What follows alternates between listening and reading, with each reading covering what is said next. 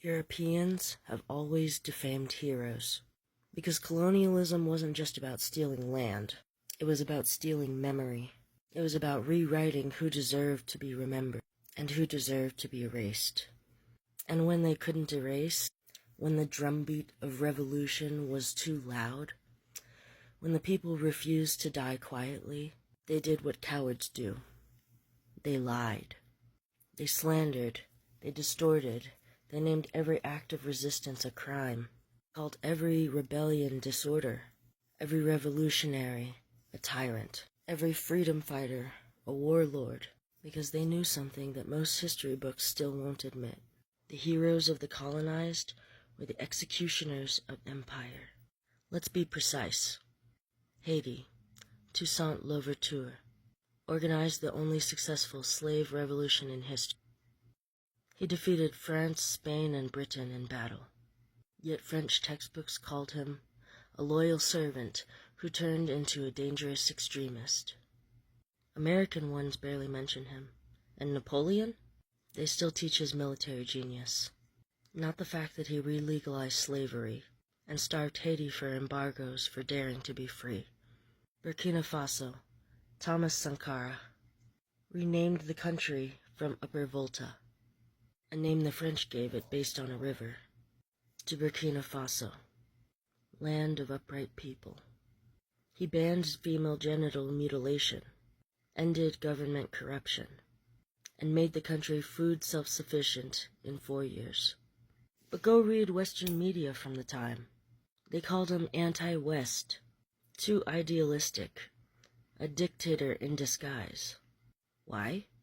Because he told the IMF, World Bank, and France to go to hell. And that's the one thing Europe can't forgive. Sovereignty. The Congo. Patrice Lumumba's only crime was wanting an Africa that didn't bow. He warned that colonialism never left, just changed its clothing. Belgium tortured and assassinated him with CIA help. Then they kept his tooth.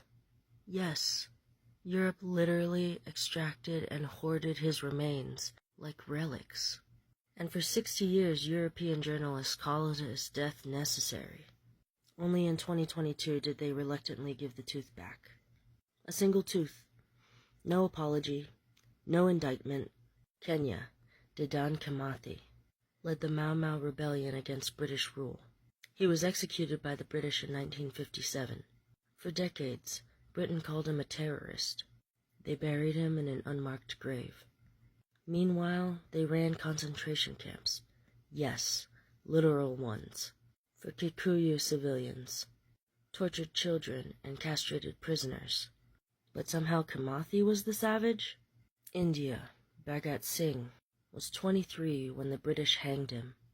The Empire called him a dangerous anarchist.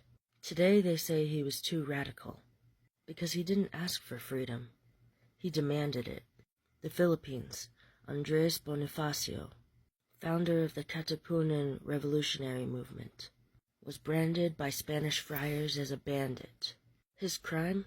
Declaring independence from Spanish rule and trying to redistribute land. Europeans always found brown revolutionaries more dangerous than brown kings. Because a revolutionary doesn't just want a crown, he wants justice.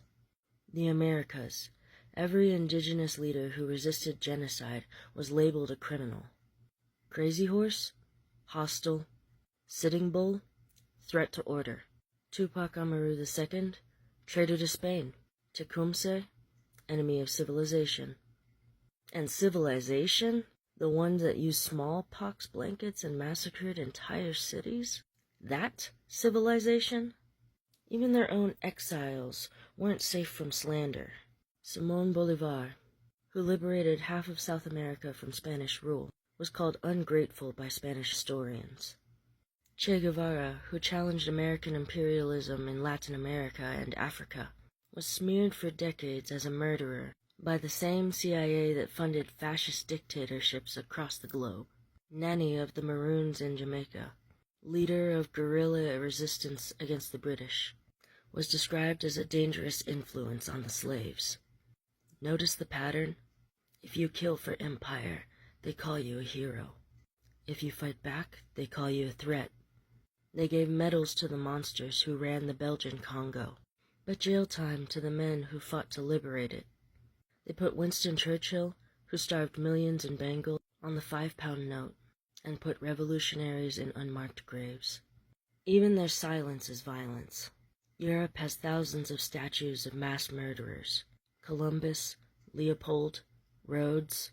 But where are the monuments to Louverture, Sankara, Lumumba, Ya Asantewa, Queen Nzinga, Boudica, Nani, Kimathi, Bhagat Singh, Tupac Katari, Malcolm X?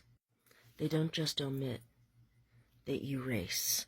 They don't just slander, they sanctify their villains and bury our saints. And let's not forget, they even slandered the colonized version of Christ, Jesus, a dark-skinned, anti-empire, anti-moneylender, table-flipping revolutionary, was turned into a blonde-haired, blue-eyed empire mascot. The same Rome that crucified him built cathedrals in his name. The same Europe that enslaved millions spread Christianity with whips and guns. They turned liberation theology into imperial doctrine, because even their religion is a rebrand. So when they call your heroes violent, when they call your resistance chaos, when they tell you you're rewriting history, remember, Europeans have always defamed heroes. Because if they ever told the truth, their whole house of cards would collapse. Cope.